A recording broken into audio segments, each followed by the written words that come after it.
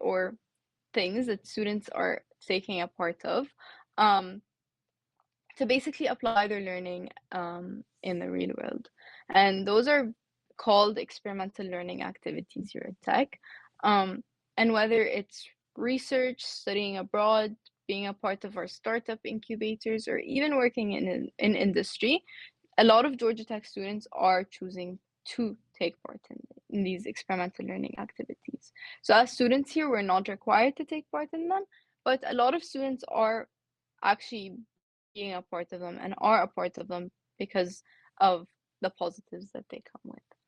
Um, so I'll start by talking about our internships and co-ops. So as international students, you will likely come to Georgia Tech on an F1 student visa. And this F1 student visa will allow you to take part in all of these work experiences, so you won't be left out as an international student. Um, and to explain the main difference between internships and co-ops, so internships are basically 1 semester long commitments with a single company. And because they're 1 semester long, you can basically have different internships that are in different industries with different employers and just develop your skill set in that way. As for co-ops, they're basically an in-depth experience with a single company. So you're working for 3 semesters with a single company, rotating between studying and working. Um, and because it's a longer time commitment with that specific employer, you're likely just developing your skill set with that employer, that industry, hopping around different departments, seeing what different departments can do. Um, and it's just overall like a different experience, but it also has its perks. So internships and co-ops both have their perks. They're both good experiences. It's just a matter of what's the best fit for you. But maybe you're someone that doesn't want to work in industry quite yet, and we do have undergraduate research here at Tech. So research can either be faculty-led, student-led, or you can even do research on your own, which is pretty cool. And again, being on an F1 student visa, you can either do research that's paid, or you can do research for academic credit. Um, so again, as an F1 student visa, you won't be excluded. Um, Next up is our study abroad program. So our study abroad program is hosted by our Office of International Education, and it is like organized by um that department in at Georgia Tech. Um, but basically the perk of studying abroad is basically just seeing how different cultures, different environments, um, and they're like different takes on specific situations or your academic discipline. So it's just a good way to basically grow, expand, learn more about the community and the world we live in today. Um, it again, it's not a requirement, and a lot of you might even be studying abroad already.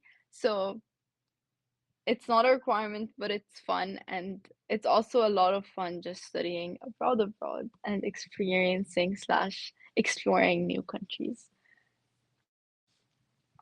And finally, for our startup incubators, CreateX is basically a startup incubator where Georgia Tech helps support students who are wanting to basically start a company or have an innovation or an invention or an idea, and they want to actually like explore it, grow with it, develop it, etc. Um, and a lot of students are actually a part of it. We have over 300 startups launched um, just through CreateX. So as much as you're coming to Georgia Tech as a student and working hard inside of the classroom, you're also coming to Georgia Tech as a full person and a member of our community. And ultimately, your success is gonna honestly depend on how you're engaging with the community that you're a part of. And that community happens to be the community here on campus. Um, so I'll start by talking about our community engagement, clubs, and student engagement on campus. So we have over 500 student clubs and organizations, and they range from academic to more cultural clubs. And basically, because there are so many, there's always a fit for like there's always a fit for you. So you're always gonna find the perfect club, not perfect club, but like the club that you enjoy being a part of the most. So there's something for everyone here at Tech.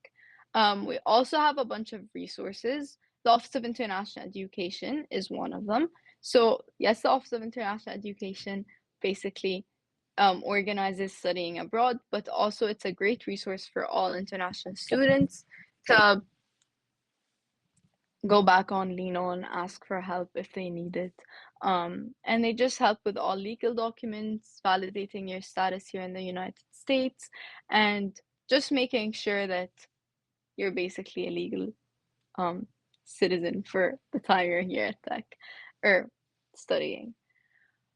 We also have the Career Center, and the Career Center basically preps international students as they enter a new job market because likely the professional culture that you're coming from is very different than the professional culture here in the US. So that transition might sometimes be hard, and the Career Center is a great resource to lean back on, ask for help, and again, also connect with career advisors and get internships and co-ops through them. So both the Office of International Education and Career Center have drop-in advising and student support in general. They host events. The Career Center hosts career fairs. Um, and yeah, they're good departments to explore and just always lean back on when you need the help and support. Next up is academic resources. So I talked about Georgia Tech providing its students with a lot of resources to help them succeed academically. Um, and academic resources here are actually endless. I think I don't even know almost half of them. But some of them are TAs, professor office hours. Um, what else? There are plus sessions, there are help desks, there are tutors. Um, so you name it, we probably have it. There's a lot of academic support, and all the students here are willing to support one another. So most of the academic support is actually run by students to help other students. Um, and it's always a good way to collaborate with people, learn from others, and just basically learn. Um, and succeed academically. I do want to mention that all the professors here are approachable. So, yes, they have office hours, but you can always go to office hours and they're always willing to help. Um, so yeah. Now that I've rambled all about Georgia Tech and who we are and the student experience at Tech, sorry guys, my AirPod just keeps on coming out of my ear. Anyways, so now that I've actually rambled about Georgia Tech and everything related to Georgia Tech, I do want to talk about the great city of Atlanta and where Georgia Tech is actually located. So Georgia Tech is located in the southern of the United States, in the state of Georgia, in the great city of Atlanta. And for those of you who don't know where Georgia is, it's right above Florida on the East Coast. Um, and on the screen, you can see that Atlanta or Georgia Tech is actually located right in the heart of the city, in like the middle of Atlanta. And though we're in the middle of Atlanta, we're actually like genuinely a Georgia Tech bubble. So we have a very unique footprint in the city until you look up and you see the Midtown skyline and you realize that you're actually in a city and not in like on you are on a college campus, but not in the suburbs or in the middle of nowhere. Um, and when you think about the professional opportunities that come with being in a city, they're actually endless. We have, I think, around 500 companies that have offices here in Atlanta. Some of them are listed on the screen, but that's not all of them.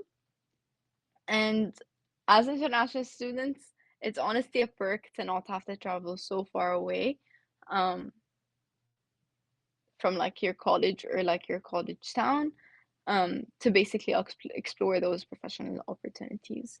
Um, Another thing is that Atlanta Airport's actually the major hub for Delta. So it's the Delta hub. And with that, it's actually one of the busiest airports in the world, which I don't think is a very good title to have. But when you think about it in the long term or like in general, um, it's honestly a perk because that just means that you don't have to travel very far or very long or basically have so many different connecting flights to get to Atlanta as an international student. Um, Aside from like the location and like how to get to Atlanta and the professional culture here, Atlanta, because it's a big city, it has so much to do. So whether it's food, art, music, um, literally just general activities, fairs, amusement parks, Atlanta has it. There's a lot of like good spots that you can go to and discover as you spend your time here. Um, and transportation, yes, public transportation in the US is not the best, but transportation from one place to another can be very easy. You can always use Uber or Lyft to get from one place to another, and you can always split that with friends. Um, because we're a public institution, there's always in-state students who have cars, so you can like, if you're friends with them, you can just end up um, going with them to places, exploring the city with them. There are always locals around, so that makes it very easy to explore the city. Um, but generally speaking, yes, we do have the MARTA as well. It goes north and south and east and west. So it gets you to a few places. Um, Generally speaking, the transportation, public transport is not the best, but there are other methods of transportations that help you get from one place to another. So now that I've rambled all about Atlanta and Georgia Tech, I just want to take a bit of a breather to help you guys all settle in and soak that information in. Um, Feel free to take a deep breath and let your brain relax. If you do have any questions, feel free to submit them in the question or Q&A section. I'm just gonna take a sip of water and then I'll go into the next portion of this one.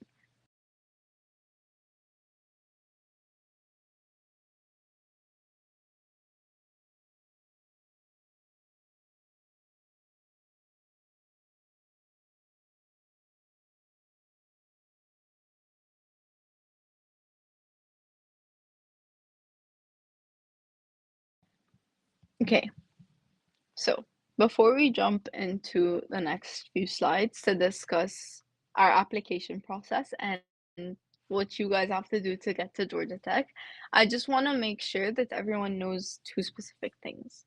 One is that we do use a holistic review process, and this means that we're looking at every single piece of your application, every single piece of the puzzle, um, and we're thinking about how all the pieces come together to form a big picture. And we do look at it in full. By we, I mean the admissions officers. Um, and secondly, is that we're a very selective institution, and that means that we have more students applying to Georgia Tech than we have room for. So our class size, don't take my word for it, is around 3,000-ish on campus. Um, and we have about 64,000 applications coming through for first year applicants. And when you compare the numbers, it's impossible to just accept everyone into tech and have everyone come here to tech when we have so many applications and so little space, which is unfortunate, but that's the reality. And this is why it's so important for us to review every single piece of your application holistically and honor every single applicant as we bring our next class together.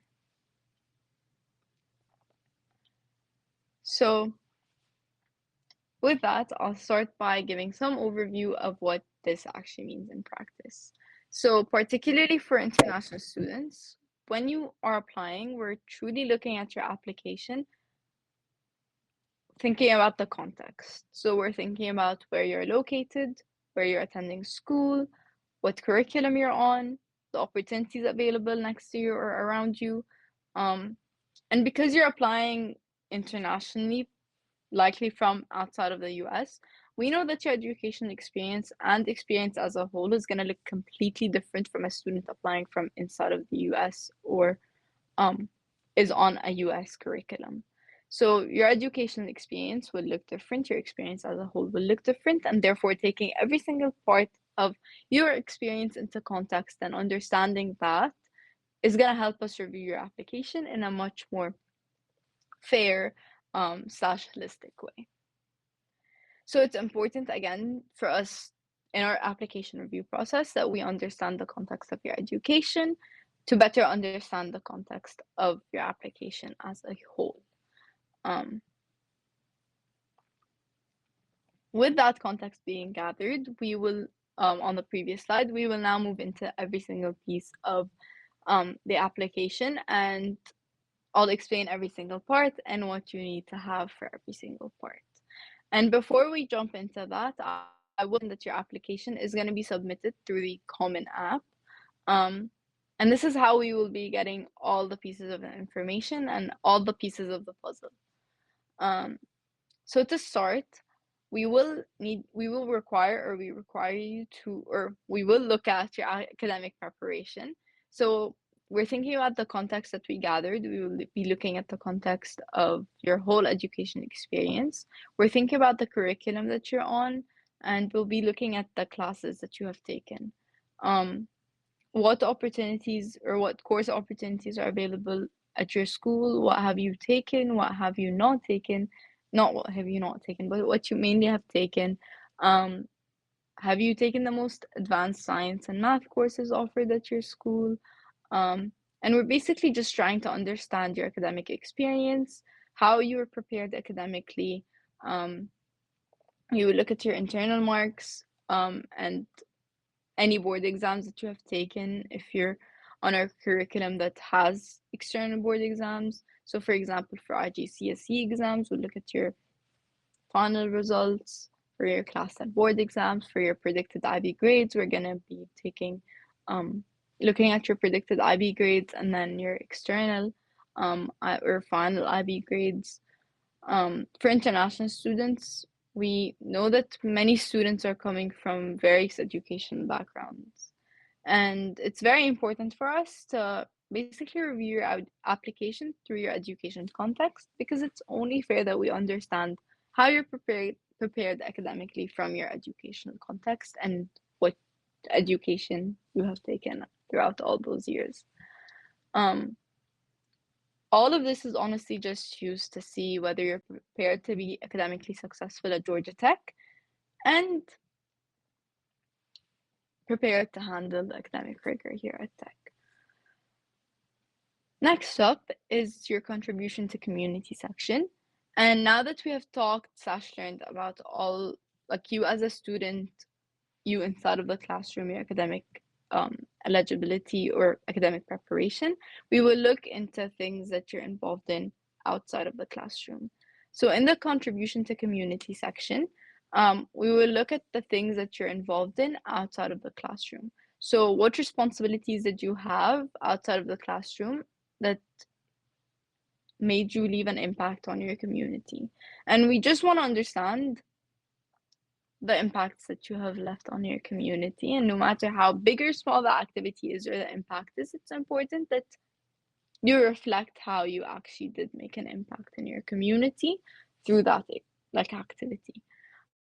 And that section just helps us understand how you as an applicant or as a student is gonna basically leave an impact on the Georgia Tech community. For your personal essays, you will submit 2 personal essays. So one is your Common App essay, and then the second one is your Georgia Tech specific essay, which will answer why you decided to choose your chosen major here at Georgia Tech. So this is a narrative opportunity for you to just tell us more about yourself, and basically help us understand what's important to you, what you're passionate about, and why you want to study your chosen major here at Tech specifically. So in the Georgia Tech specific essay, we will ask, why do you want to study your chosen major here at Georgia Tech? And in this question, we truly do want to know why Georgia Tech is a place for you. Why is it Georgia Tech and not any other institution? Why do you want to study, for example, in my case, industrial design specifically here at Georgia Tech? So you might want to talk about your chosen major, your interest in your major, how Georgia Tech is unique when it comes to actually giving that major or teaching that major, how progress and service resonates with you, etc. For your Common App essay, just choose the prompt that you relate to the most because it's just a way for us to understand who you are as a person. Next up is your major selection. So when you apply to Georgia Tech, you will list your primary major of interest and secondary major of interest. And though you're getting admitted to Georgia Tech as a whole and not by major, we will be looking at this to see how your academic interests contextualizes your activities or the things that you're a part of in high school. So basically, we're going to be looking at your academic preparation, your contribution to community, your personal essays, seeing what you're interested in, what you have been on the path for, kind of, and then see whether your major is basically related to what you're interested in. And it just helps us again contextualize your interests, understanding activities, academic preparation, etc., etc.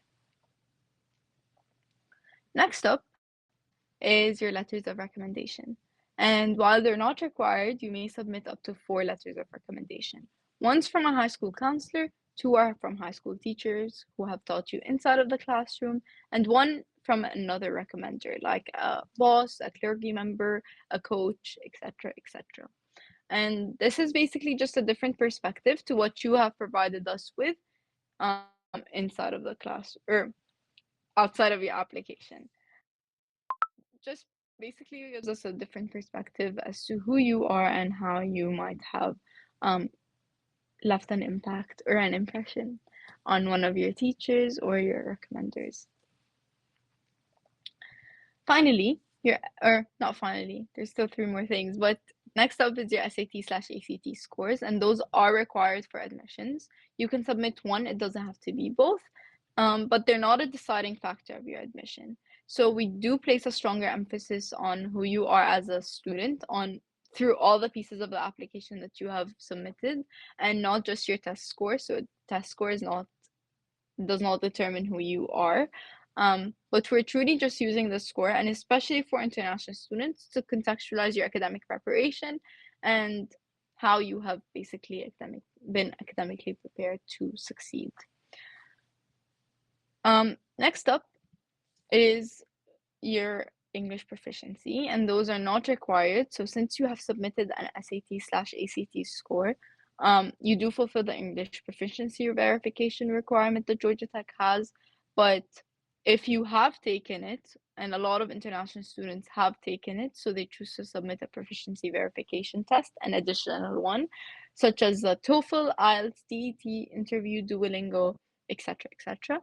And I just want to say that if you're not a student from outside, if you are a student from outside of the US, sorry, if you are a student from outside of the US, where English is not your first language or primary language of education, you may submit an interview. We do require an English proficiency verification from all students because we require SAT or ACT scores. Again, you do fulfill this requirement. But again, a lot of students are taking it, especially international students, are taking English proficiency tests, additional English proficiency tests, and therefore they're choosing to submit um, those tests as well. Finally, for your institutional fit, so now we're thinking about the context that you have provided us with, who you are, the context of who you are, your educational experience, and now we're just trying to contextualize you in our first year class. So we're trying to put together, or admission officers are just genuinely trying to put together a class that's dynamic in terms of interests, experiences, both inside and outside of the classroom. And we're truly just trying to build together tomorrow's problem definers and solvers. Um, so we know we need a dynamic array of voices to represent different academic interests, different geographic backgrounds, ethnic and racial identities, gender identities, and experiences in order to develop the most comprehensive class um, and a class that's going to develop the most comprehensive solutions for the greatest number of people. Now that we have discussed our application review process, this is just a general timeline of when our application is generally submitted by. So the application cycle is currently open. Um, the application opened in early August. The first deadline was actually a few days. So lastly, I do want to turn your attention to the bottom of the screen to look at our tuition or cost of attending Georgia Tech. I do want to let everyone know that unfortunately, international students are typically not awarded any institutional or federal scholarships or financial aid, um, as Georgia Tech can only provide those or award those to just US citizens and permanent residents. But in the right-hand corner of the screen, you can see a QR code, which I'm not sure if it works or not. You guys can try. That has been put together by OIE. It just basically goes into financial assistance resources for any student who might possibly need it. Um, but I do want to take some time to provide everyone with a bit of wisdom. Um, I'll start by talking about the basically wait, I forgot the word, but return on investment. So I'll talk about the return on investment first. So Georgia Tech is actually rated as one of like the top return on investment institutions. So the average starting salary is actually way higher than the tuition. Um, Therefore, within like a few years, you would have covered your tuition costs in general. Um, but aside from that and monetary reasons, I do want to talk about the return on investment in terms of the opportunities that Georgia Tech provides its students with. So, Georgia Tech, when you think about the experimental learning activities, the research, hands on experiences, all those experiences, Georgia Tech is honestly very unique in terms of that. It truly does want all students to leave Georgia Tech ready to experiment or work in the community. Um, and it does prepare us as students for the job industry and the market. So Georgia Tech is not only committed to students committing to progress and service throughout their time here, but they're also committed to basically embedding or planting a seed in us to commit to progress and service all throughout our career and long after we graduate from Georgia Tech. So just think about the opportunities that an institution has to offer when you're applying / deciding where you want to go. And finally, I'll wrap up by talking about some creative ways to pay. So I talked about the Office of International Education's resources. They have a bunch of resources. There's also research. Again, I talked about research, and research can either be paid or done for academic credit. If it's paid, then that's extra income. You can have a co-op program or an internship, which are paid, and you're basically a full-time employee receiving a salary, which is pretty cool. There are a bunch of part-time jobs. I'm doing one right now, on campus. Um, and it's always just rewarding when you get your first paycheck, if you have never worked before, / want to generate extra income on the side. There are also a bunch of students coming with outside scholarships that you can look for. A lot of home countries are actually providing its students with scholarships to study abroad, and those are always good opportunities to grab onto. So that's all I have for everyone today. We do have a ton of questions in the Q&A section, so I will start answering those. If you do have any more questions, feel free to like submit them. I just want to basically just add a link to our chat with our admissions email. So for anyone that does have any questions that are not answered in this webinar today or now, I do want you guys. I joined because I'm Arab and I wanted more Arabs around me, just to feel like Georgia Tech is more homey, and I just wanted people that are more familiar to my culture around me, just to make the transition easier. And there are a bunch of other clubs that are like that as well. What else? Executive Roundtable is a cool networking club. The Industrial Design Society of America is another cool networking club that's specifically for industrial design. So yeah, there are a bunch of like, honestly, like extracurriculars. There's also a bowling alley here at Tech, which is so cool. Everyone, if the weather is like nice, which today it's nice actually. So I'm assuming that everyone's out on the field or tech green, just playing with frisbees, playing with balls, just like hanging out on a picnic blanket.